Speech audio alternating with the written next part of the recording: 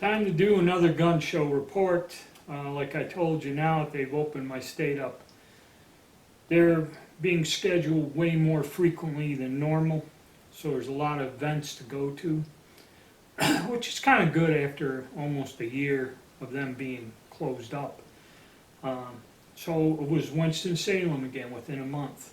So I went to the same venue, and in my last report I told you there's big commotion, lines. Same venue, same building. Get there, no line, no nonsense, no drama. Don't have to wear a mask. I guess the governor lifted the restrictions, so that all went away. It was like back to normal again. So I went in, and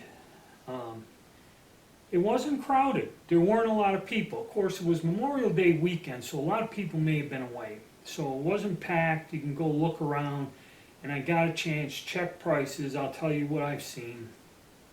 But what I've noticed is I think we're reaching a point now to where this panic insanity, like all these things go in a cycle, this panic and nonsense is going to come to a stop. It's starting to go back, okay?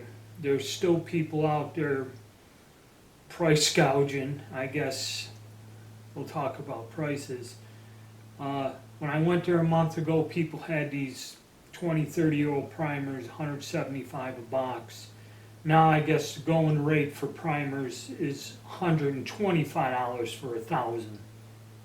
So I've seen that come down. But the strange thing is when you go up and down the aisles to the different vendors, a lot of small vendors selling a lot of gunpowder components and ammunition. That was the main thing. There were dealers selling guns, new guns, the popular ones, handguns, shotguns, AR-15s, a lot of that there. And what I've seen is, and how I know I can feel the market's changing, all the dealers had a sale, and all the dealers were offering a markdown on what was on the tags. One guy said, Memorial Day sale. He had a whole table full of, all new in the box handguns. He said, take $40 off whatever price tag is on these firearms. Talked to a friend of mine, and he told me he was trying to run a lot of his more modern stuff. Like he has a whole bunch of new things. And again, it was all polymer handguns, shotguns, all this other stuff, ARs.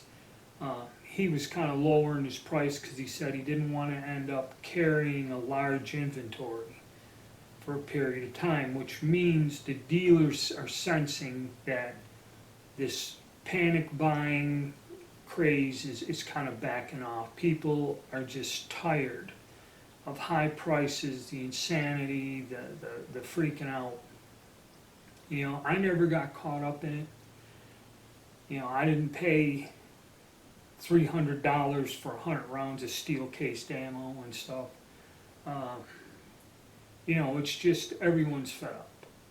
Actually, I was standing there and an individual was on a cell phone. I was taking a break in a corner and the guy's saying, come here, look at this. And I thought he was talking to someone else. He was talking to me. And I'm like, I don't know who he is. He shows me a picture of a box of 410 shotgun shells with like a $14 or $15 price tag on it, on this phone. He goes, my friend just went down there and bought the same thing for $35. He goes, this place rips you off. You're being ripped off coming here. I said, who forced you to buy the damn shotgun shells? I'm like, well, I understand, and he just looked at me and just wandered off. Yes. There's a markup, okay? It comes down. You want the convenience of going into the gun show without having to search, sit behind the computer, order it, whatever the hell. You go in there because you just want the convenience of picking a box of this up and buying it right there. Okay, this is where they can jack the price up on you. And another weird thing, like I said, everybody selling firearms, especially new firearms, kind of had a sale. So obviously production and the demand is backing off, and now this selling of new firearms is kind of petering out, and everyone's having sales and trying to move their inventory so they ain't caught holding the bag during a slump, you know. So I wandered around, a lot of people selling ammo, which was, again, insane. $25 for a 50-round box of 22 shells. Okay, I remember when I was paying for a 500-round brick over a year ago, not even 20 bucks. It was $19. All right. There's still people out there, and a lot of them doing it. Okay, so there was also ammunition and reloading components. Some of them were marked. Now, this is where it's unusual. You walk down an aisle and there's a table here selling this stuff, table here selling this stuff. And you go up and look. One person had the gunpowder. It was really, you know, and it's not like they have everything. It's kind of like the leftovers, or kind of a powder that I don't really use. You'll find that. There was an accurate powder. They had an 8-pound jug. They only wanted $225. Now these are the old prices. And he had a couple 1-pound jugs of Hodgdon powder, and I think one IMR powder. He had them priced at $26 or something, which is the old price. Okay, so basically, if you really needed that powder, the reason I didn't buy anything is because he didn't have a powder that I use. You go down 10 feet to another table. Guy's got everything priced at $50.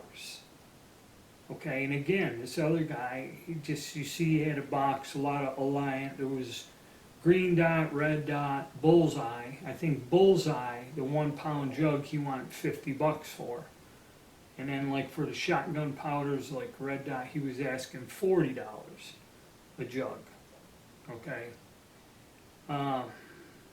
Didn't look like he was selling a lot of them either. So you see there's this wide variance, and you're just walking 10 feet, and the prices are all over the place, you know.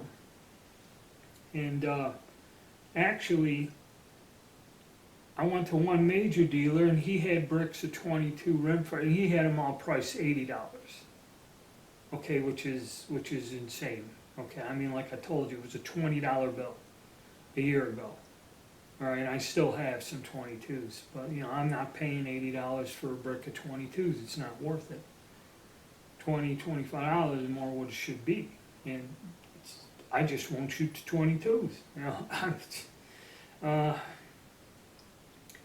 so what you're seeing is this is tapering off. People are just fed up. They're not going to deal with it.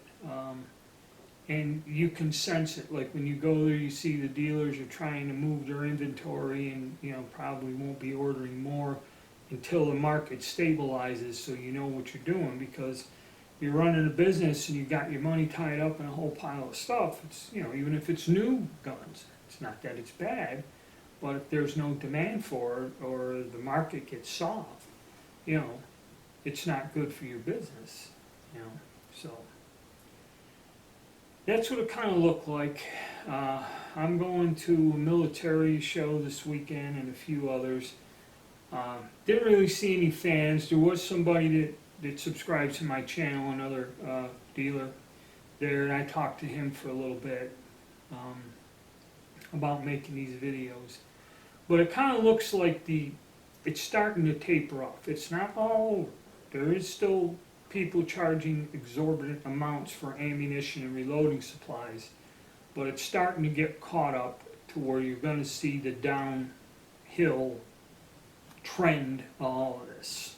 All right, so take care and stay tuned.